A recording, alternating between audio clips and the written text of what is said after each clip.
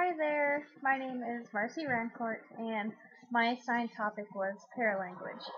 And paralanguage refers to the vocal but non-verbal dimensions of speech.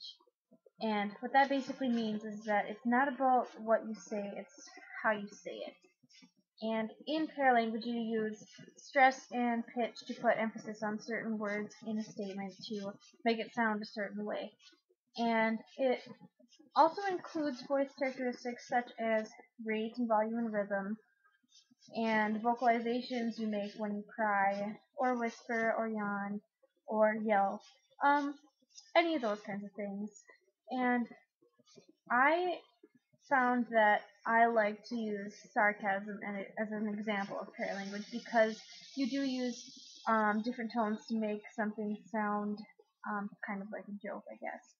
And in some research, I found that a small experiment was done, and they found that people who made a sarcastic comment to somebody else, they would deflect their eye contact from that person, and that suggested a way to confirm whether or not a statement was actually meant to be sarcastic.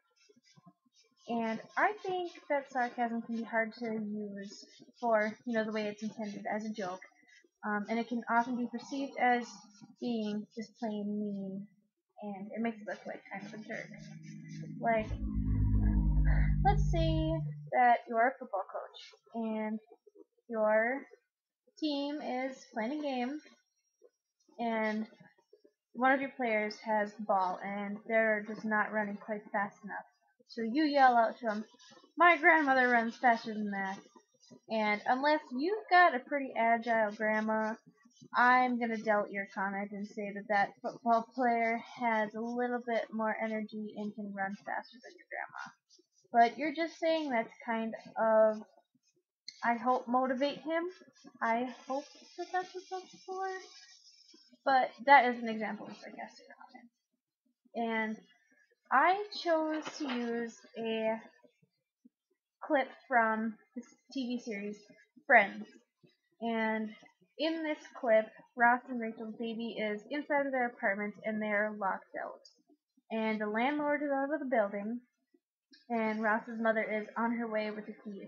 But in the meantime, Rachel's just really worried and upset, like any normal mom would be if their baby was locked inside the apartment.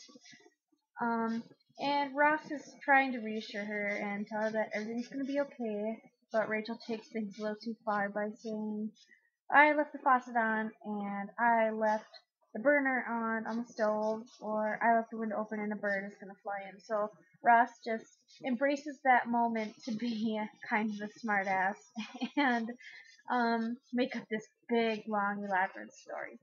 And in this story, he says that an eagle flies into the apartment and lands on that burner on the stove and catches on fire.